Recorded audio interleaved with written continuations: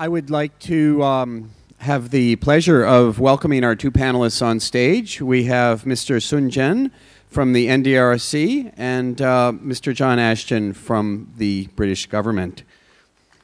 Please join me in welcoming them.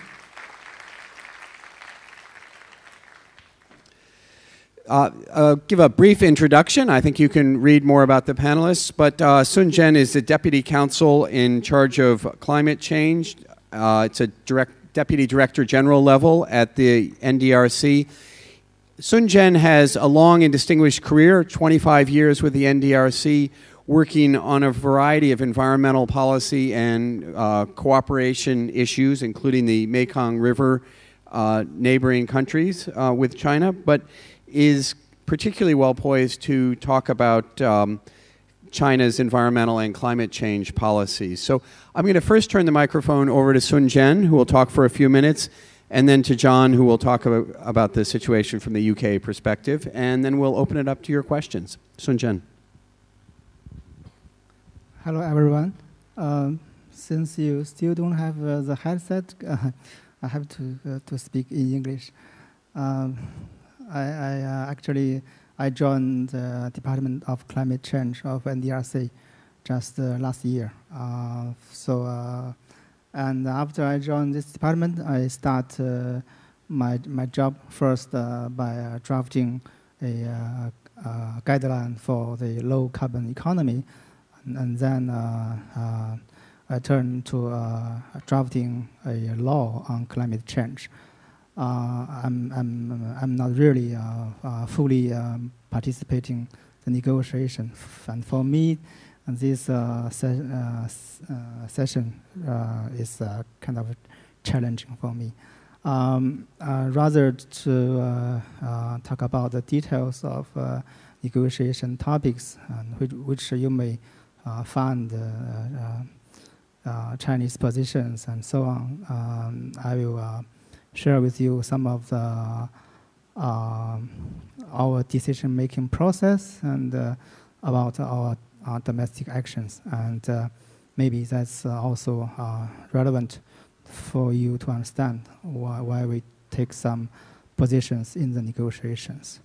I would use a structure of a rainbow because I want to use the three colors to describe the situation, and I use the green to represent the environment, and the red to express our, political idea and our view about the world. I will also use the blue to say something about our view on the technology and the capitalism side. Yeah, I think similar to other countries of the world, we have also different ideas and political, not exactly like political groups, but also some different ideas. And even among one person of maybe you have a green heart. You are an environmentalist from your heart. You have a red hat. You are you are labeled to be a communist party system, and maybe you have a blue glove through the technology you can change many things. So in short, we are. China is very serious about the environmental problem, and like many of you understand, that the climate change issue is kind of top priority. The leading issue in terms of the environment, to my understanding, and we also are aware of the co-benefit of climate change policy and the domestic pollution control issue and the resources problem. So there is no problem that China will follow the sustainable development path. And that's why you will see sometimes very big step towards more higher goals, right? And second, the red color. We, of course, we are a developing country, and we look at the international political and economic order from our perspective. We want to be fairly treated, right? So this is something that usually can define our and can explain our behavior at the negotiations. And we don't have to go in very detail into that. Everybody can understand. And thirdly is the blue color. I mean, we are fully aware of the importance of technology, and the low carbon technology is very important. And when we are talking about the economic side, we are aware of the vulnerability of our economy if we join other countries in competition for low carbon economy. But we are also aware of the opportunities for our business in this kind of competition. So there is a need for a balance of the challenge and the opportunities. I guess this is what I want to say, and at this stage. Thank you. We have the headphones. Thank you very much. Let me introduce John Ashton a little more fully.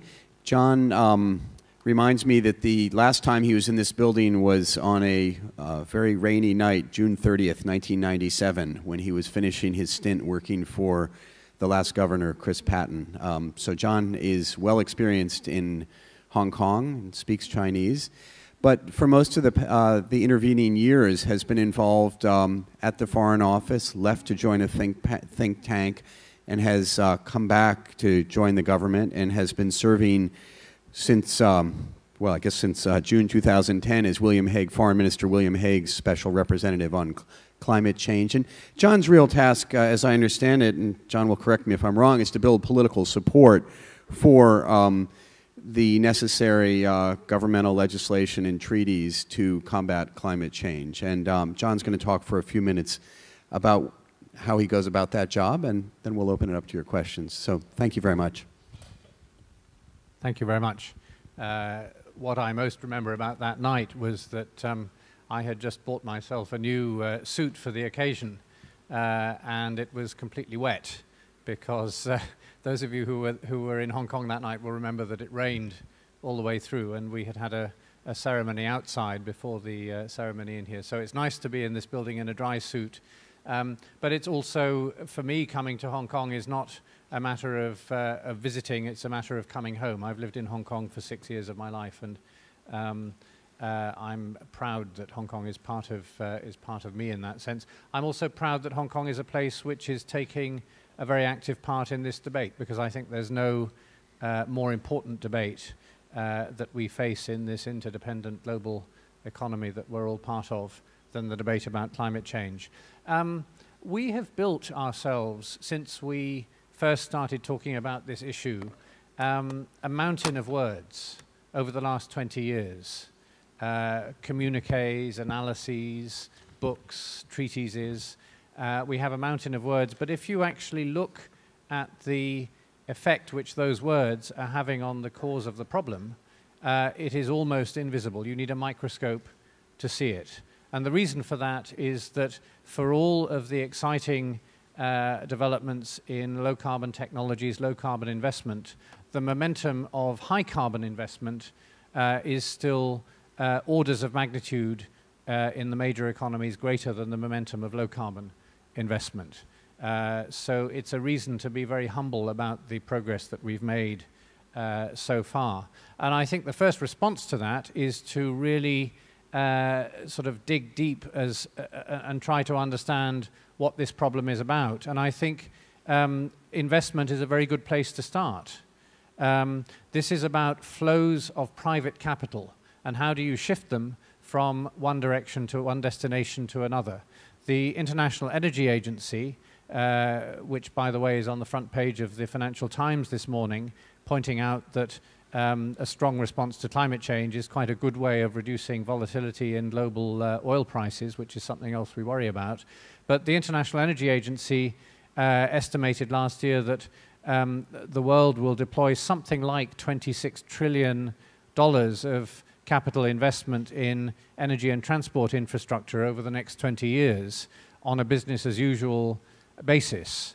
And it went on to say that if we want to say that we're responding effectively to climate change, if we want to keep climate change within the famous threshold of 2 degrees, then we will need an additional $10 trillion of investment to do that over that 20 years.